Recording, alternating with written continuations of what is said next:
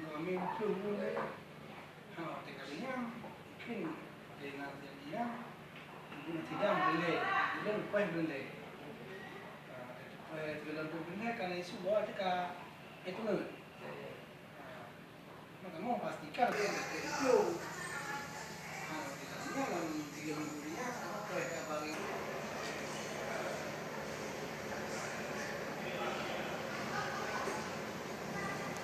polisian ini tidak akan terhambat itu, karena terhambat. Nanti pihak polisian tidak kamu, betul di. Ini mana keinginan pihak kampus membantu mahasiswa? Kan dipersulit lah Pak. Nyong, caranya mereka tidak diperlambat lah. Kamu gimana mesti di coaching dia kamu ini?